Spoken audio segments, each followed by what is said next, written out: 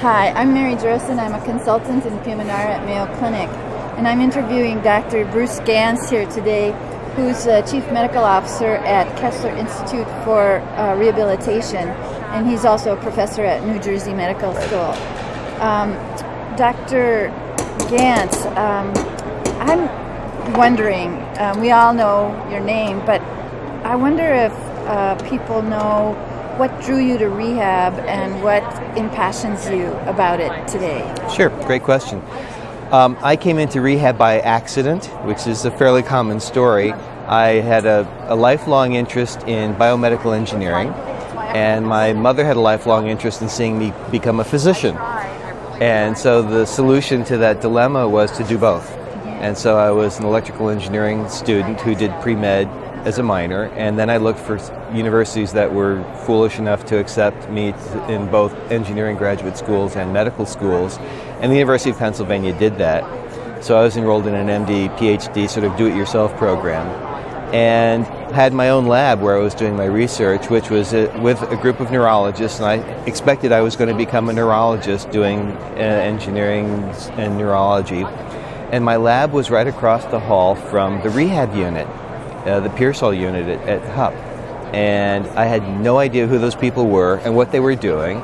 I literally physically bumped into the chief resident, Frank Bonner, who befriended me and said, "Let me show you what we do." And I saw all these wonderful things going on with patients with disabilities. And well, this is what I wanted to do. I wanted to apply engineering principles to the solution of healthcare problems.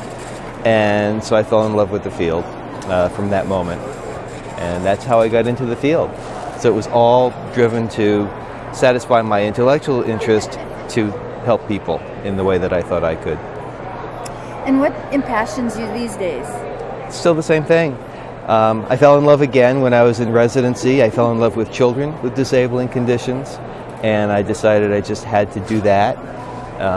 And I just was driven to find a way to help people who had special problems that society and medicine could help. And so it's really driven my entire career. I thought I was taking a vow of poverty when I decided to go into rehab, and especially pediatric rehabilitation. And I said, well, I don't care because I think I can make a difference. Friday afternoon, I was the resident on service at the Children's Hospital in Seattle, and Monday morning I was the director of the department, which was stupid, crazy, but it was the way things worked back then. And so suddenly I had a leadership role as well as a clinical learning and service delivery role, and that gave me the opportunity to need to take leadership responsibility, and I sort of couldn't help myself. I discovered that children with CP, severely disabled kids with CP who had terrible communication problems, could be helped with communication devices and communication technology. So I started working in that area and developing those kinds of devices, but nobody was willing to pay for it. So I couldn't solve the clinical problems unless I solved the social system problems. So I formed an advocacy organization of a multidisciplinary group of people who wanted to work in that area and solve the communication problems of kids with CP. And so suddenly I was involved in creating a grassroots, not-for-profit advocacy organization just because I needed to do what I wanted to do. And so my passion has always been not willing to settle for the world as it is if it's getting in the way of what needs to get done, and changing it. Well, that's wonderful. The AAPM&R meeting next year is in Washington, D.C., and when I think about advocacy, I think about going to Washington. Right. And we're in a period of really rapid change and a lot of pressures, economic pressures in medicine in general. Right. And I think that in our area, in our field, there's a lot of worry about resources not going to rehabilitation needs and issues, and especially for children. So I'm wondering what your thoughts are about what opportunities there are for participating in advocacy efforts, both in our membership, for our specialty, but also to advocate for our patients. Okay. Well, the way I conceptualize medicine is that part of the role of a physician is to be an advocate. You're always an advocate for the best interests of your patient. Sometimes that translates into having to deal with other individuals and the environment. And in rehab, we're especially good at recognizing it's not just the physiologic performance of an individual, it's how they function in the context of their environment.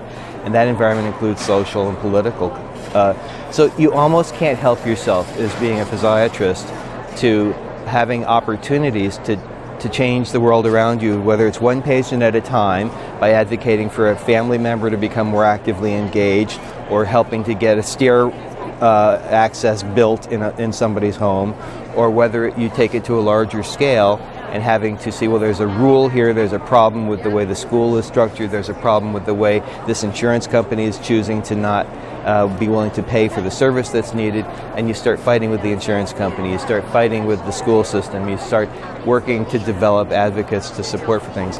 And sometimes that goes to even a larger scale where it's a local government or it's a state government, and politics is all local, healthcare is all local.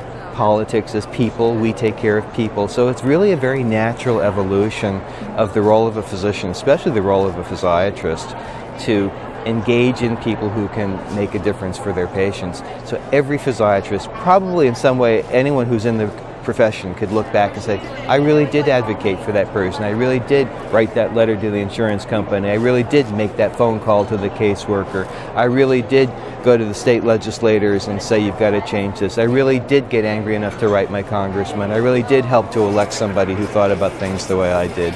Or some of us can do that on a larger scale. I was able to go to Washington. I was able to testify in Congress. I was able to meet with MedPAC. I was able to influence people, and that's a never-ending process, and it's part of the opportunity of being in the specialty, and it's certainly part of the opportunity of being a member of the Academy.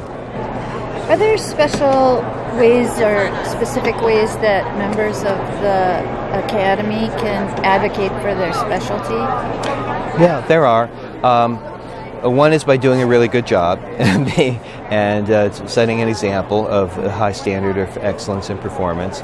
And then certainly there are all states and regions either should have or do have some form of a state society or a local organization so that people can get together and stay connected and stay involved. Many state societies are parts of subgroups of their state medical societies, and there are opportunities to influence the agenda of the state medical societies, because most of us are relatively uncommon practitioners in our communities. We're outnumbered by everybody else, and so we have to be a little bit noisy just to generate a referral flow of patients or to generate advocacy for issues, and to get the organizations that physicians have in all communities to focus on the needs of our specialty. So being an advocate and working within the context of the profession helps to develop the resources, helps to make it possible. What about the general physiatrist who's working in maybe a more rural setting, and maybe is a shy kind of a person, perhaps? Right. Is there a way that they can participate in advocacy efforts related to the specialty of PM&R, but also to empower their patients to advocate for themselves? Right. Well, an important message is that patients are the most effective advocates. When I go to visit Washington, go to a congressional office, in the worst circumstances, I bring a patient with me, somebody who is personally affected by the issue, tells their story. It's not a setup, it's not misrepresentation, it's real truth. And politicians are all people, and they relate much more strongly to stories and personal communication than they actually do to data. They're not scientists for the most part, they're not professional as in the sense of data and analytic work, but they strongly relate to people. So coming to Washington, bringing a patient, telling a story, having somebody say, this is what happened to me because of this Medicare rule, this is why I couldn't get care, or the first knee joint replacement I had, I went to rehab in a hospital and it was great. The second one, I had to go to a nursing home and it was just terrible. You can't keep doing this, it's not right. And legislators embrace that, and it makes a difference. Every physiatrist, whether in the rural community or in an urban setting, they're taking care of people. And people have stories, and even if you're shy and retiring, when you get angry, you start becoming less shy, and you can work with your patient and call your local congressional office and the congressional elected officials, federal officials, are very responsive to voters. They're very interested, and they want to be involved, and they want to be engaged, and you can reach out. Invite them to come see you in your practice, in your hospital. Get to know them. It doesn't have to be political, throwing money at them and working on a campaign.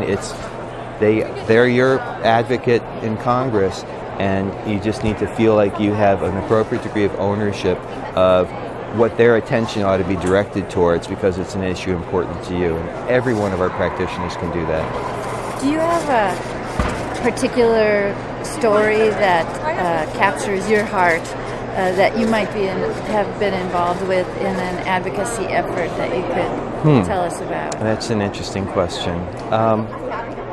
Probably the most interesting to me personally was being given the opportunity to give testimony in Congress at congressional hearings. And I've done that a number of times. Early on, it was more around advocating for funding for research, and I was able to testify to appropriation committees. One very strange, somewhat amusing experience is in congressional hearings, they typically have people sitting in groups of 3 at a table, and they ask each individual to do their short presentation, and then there may be some questions and answers. And I had no idea who I was going to be sitting with. I turned out the room was full, just overstocked with people observing in an audience. There were reporters, there were cameras. Wow, am I somebody important? They all came out to hear me testify in Congress. Well, it turned out they came to see and hear the actress Marlee Matlin, who was also advocating for disability research funding, but for hearing impaired individuals.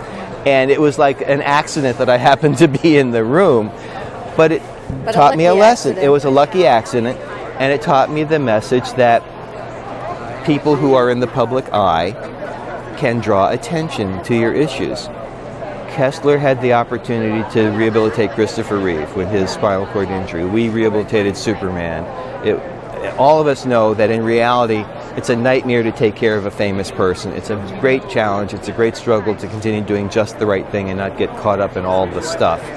But having Christopher Reeve as a patient, as an advocate, and he was clearly a very strong advocate, and being able to work with him and to have him work on behalf of the field was an amazing example of how sometimes you have to take advantage of the tools that you're given, and public presence and visibility, whether it's Marlee Matlin, whether it's Christopher Reeve, whether it's Gabby Gifford, these are the kinds of people that can help to send the legitimate message. Yeah. Well, thank you very much for your answers to these questions, and I really appreciate the time that you've given us for this, and really appreciate, I know that as Mayo physicians, we really appreciate all that our colleagues in PM&R do in advocacy and leadership and so on. Thank you very much. You're very welcome.